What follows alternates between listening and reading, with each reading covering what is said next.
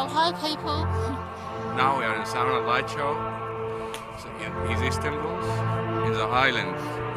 So tonight Tonight is half moon. It's half moon tonight, isn't it? Yeah. Yeah, half moon. And exciting. As you can hear the noise in the background, we're at the Light and Sound show in the Philae Temple. So enjoy.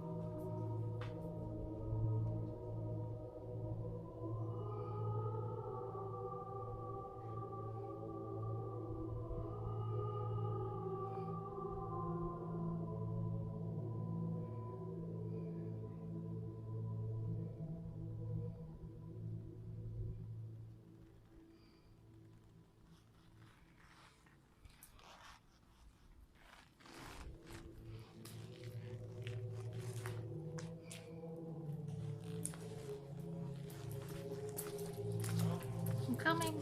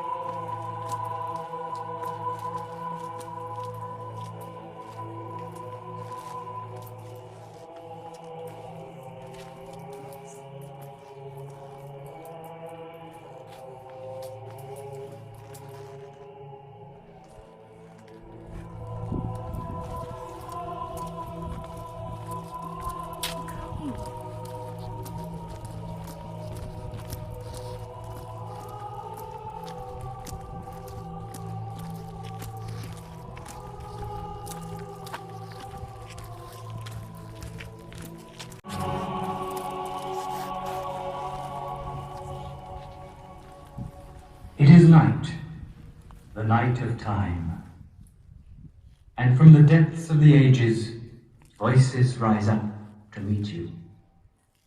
O Nile, father of life, your waters rise and your bounty overwhelms us. The earth trembles with ecstasy. Life is reborn. All is nurtured.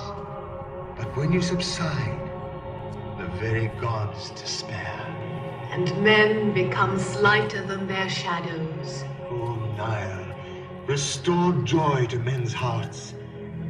O Nile, axis of all Egypt, rise and let your voice be heard. We hail you, Harpy, when you come forth from your cavern. Empty the 2 great water jugs you carry in your hands. Give us the gift of yourself. Come to our aid, you who are the source of all life. The seeds are withering away. Children cry with hunger, and old men's hearts are heavy. We implore you. Look, they are already preparing the sacrifice in the temple. I see them. O Nile, raise your voice. Let it thunder forth. I have heard your prayers. Very soon I shall leave my bed, and your granaries will once more be swollen with wheat. But I cannot shower my blessings on you until the sign is given. What sign? This is the last night of the year, and I must wait until Sophis, the dog star, appears in the east before I can grant your wishes.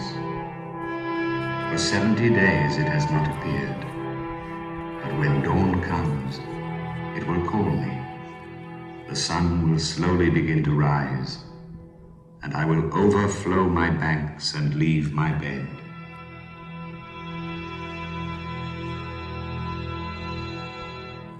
So it was every year for thousands and thousands of years.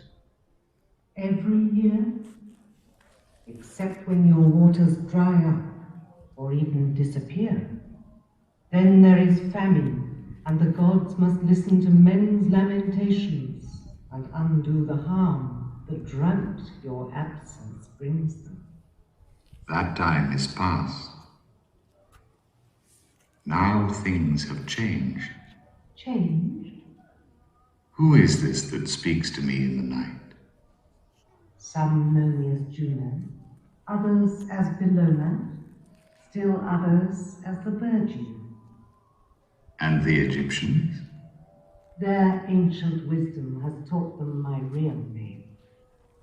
And you too will learn it when you hear my gold-bangled priestesses chanting the words engraved on the frieze of my sanctuary. Mistress of Nubia, queen of Upper and Lower Egypt.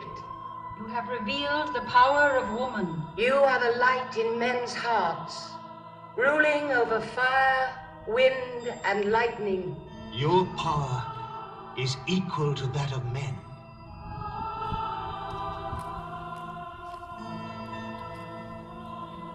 From the Egyptian Nile to the great Ganges in India, as far even as Lutetia. Now I know you. You are Isis, the Venerable. Yes, I am Isis. I'm the unhappy goddess, for I can no longer find my temple in this chaos of rock. It has disappeared, swallowed up by your waters. You are mistaken, Isis. Look, here. If you gaze through the 9th arch of the colonnade, you may once again see the island of Semnon, which modern men call Bige, that rocky isle which first received the bounty of my waters. Here lies the tomb of Osiris. Osiris, your husband and brother.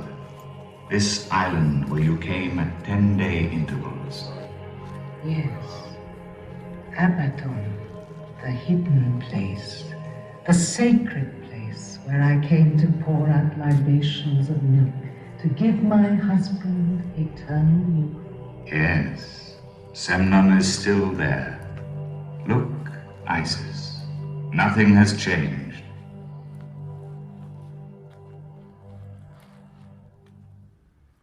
But where is my temple? Have your swirling waters carried it off forever? No, it has been saved. Look.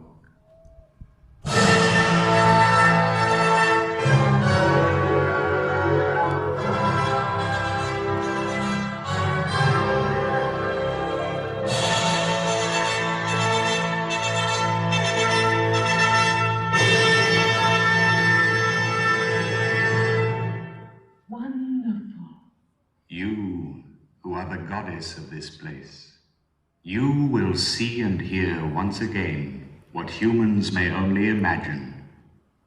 You can read the scrolls in the magnificent library, and when you enter the temple courtyard, you will see once again on the left the same sign as your heart, the peristyle of Mamizi, that happy place where you gave birth to your son, Horus. Horus, with his finger always in his mouth. Yes, I remember. Now men will always remember. Look and listen. First comes the watchman, the high priest of the constellations, climbing to his post atop the monumental gateway. I have counted the night hours, and now the stars grow pale. The night loses its strength. Lamps are lit, and the temple comes to life again. Let the goddess's repast be carried to her. What are you looking at, Isis? Those faces smashed. Who has dared? The Christians too came to Philae, and blinded by their new faith. But now the sun has risen. We will enter the temple. You see, Isis, nothing has changed. Look. Yes, I see. Behind the gateways, I see the slow procession forming. My priests robed in linen, my musicians in their long robes. Those bearing the offerings put on their loincloths and raise aloft perfumes, flowers, and desert gazelles.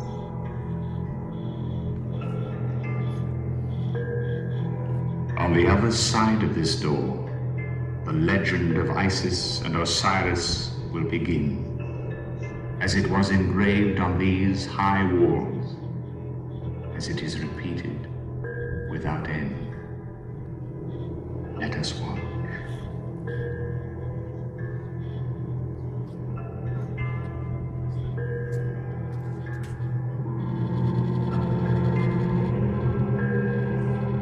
Generations move onwards and succeed each other. The ancestors vanish into immortality, and the procession continues without pause, as it has for thousands of years.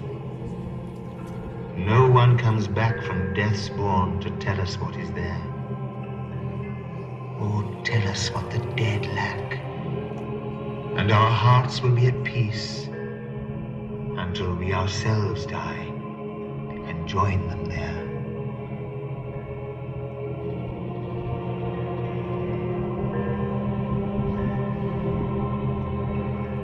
What does our stay on earth signify?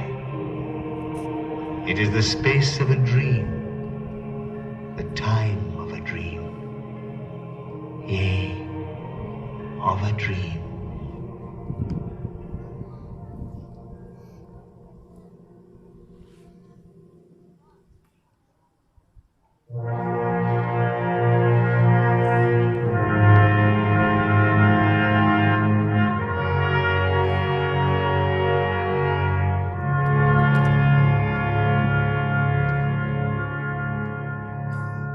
And you who hear my voice, you who have come from the four corners of the earth to admire Egypt's treasure, which a French sailor once called the Pearl of Egypt. Come, you too may enter the temple of Isis, the immortal goddess. Excuse me.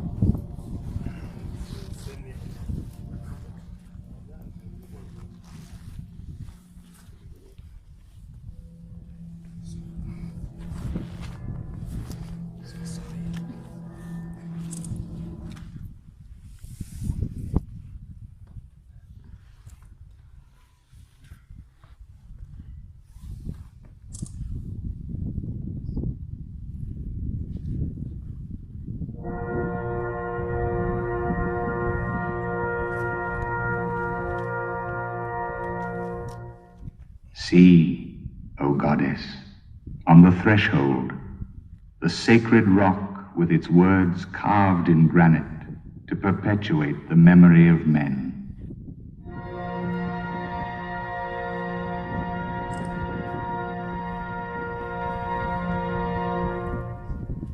Let the voices of the chorus resound against the ancient tiles of the ceiling.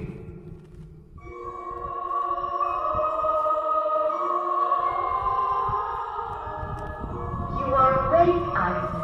You are at peace. Your women are dancing for you, playing the harp, the lute, and the tambourine.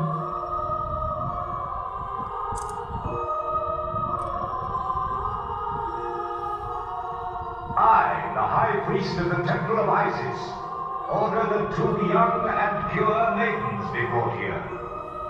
Let their heads be adorned with heavy wigs, and may their names, those names which make our hearts beat faster, be embroidered on their shoulders. And so, theater, born of a religious ceremony, was performed in your honor, Isis. I play the role of Isis, perfumed with lotus flowers. And I, that of her sister Nephthys. Speak, Isis. Why so pale and troubled? Ah, my sister, how should I not be troubled? This dreadful thing. Speak. Our brother, Seth, My husband. has committed an abominable crime. Yet another. You know his jealousy of Osiris, the good and just God. Who is both your husband and your brother. Your brother, too. Thus the divine legend has it. But do not interrupt me. I must tell you of his crime. Seth invited Osiris and 72 other guests to a great banquet.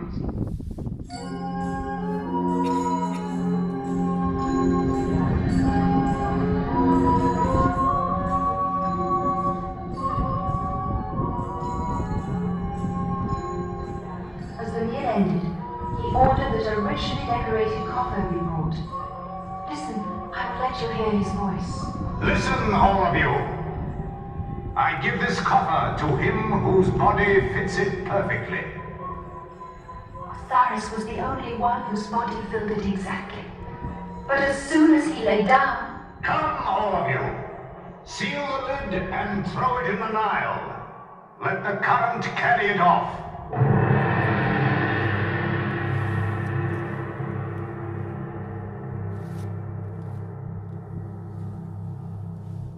Thus did it happen. Atrocious deed. We must both leave in search of Osiris's body. As far as the sea. Even beyond.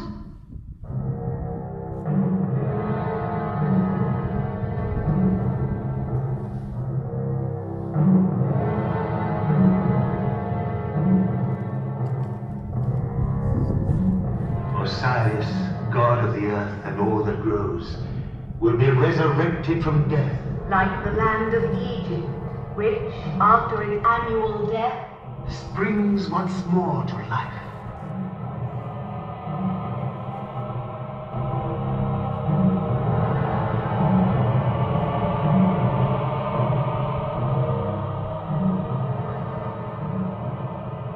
Thus it came to pass.